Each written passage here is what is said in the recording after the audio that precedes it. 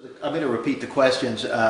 She asked, those of us in the room understand fundamentally these problems. How do we reach those who don't, the kind of people who believe that Fox News gives them the truth? You know, it's interesting, just the other day, people here in Santa Fe have been so gracious to me and to Who, What, Why, welcoming us and introducing us to people and into their homes. And the other day I was with a group of people out having drinks at a popular hotel in town, and there was one fellow who, I don't know if he'd been invited, somebody ran into him and he sat down, and he was identified as a conservative Republican who gets all of his information from Fox News. And I just ignored that and I proceeded to tell stories. And within about 10 minutes I saw him nodding his head. And then he said, you know, do you have a copy of your book with you? I'd like to buy it. And he said, you know, what you're saying makes sense to me. And so I realized, and I keep realizing, that people are not totally calcified.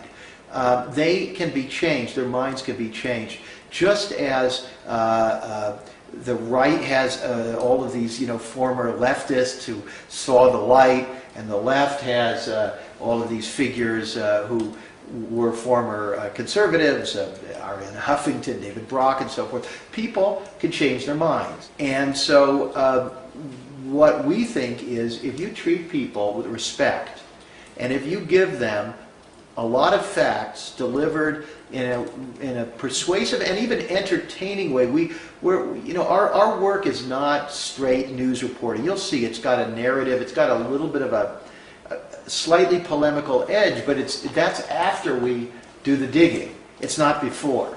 And we think that the limitations of the sort of conventional alternative media, those shows and those magazines and so on, is they don't really convince anyone. They are read and watched by people who basically agree with them and who are nodding because they're not doing that original reporting and that finding that new information from an open position of an open mind. We get emails literally,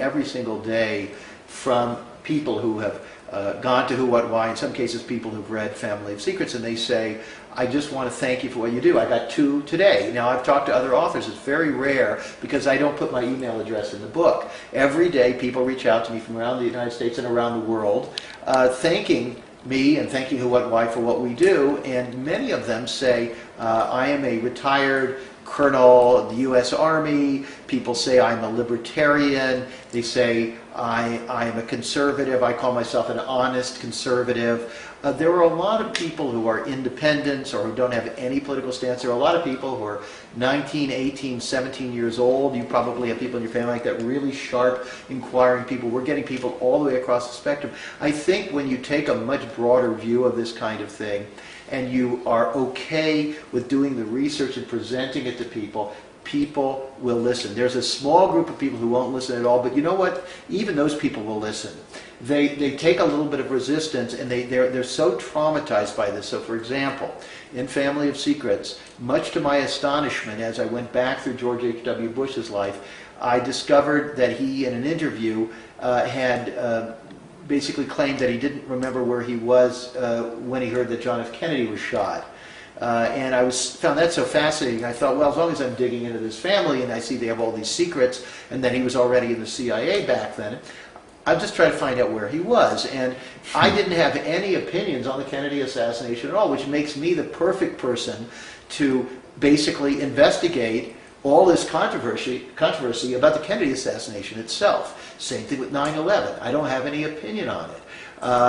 And I get attacked all the time from people who either believe that Lee Harvey Oswald did it alone, or those people who think with absolute certainty they know exactly how a large conspiracy was carried out against Kennedy, and other people who believe that 9/11 was absolutely just a work of a group of anarchists who got together and flew these planes to these buildings, and other people who believe that it was a false flag operation of elements of the U.S. government.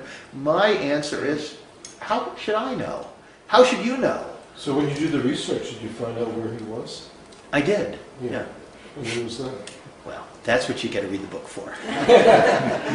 4 chapters of all new information on the Kennedy assassination. I've gone from literally being a complete neophyte on that subject to being somebody who's considered sort of an expert on that subject.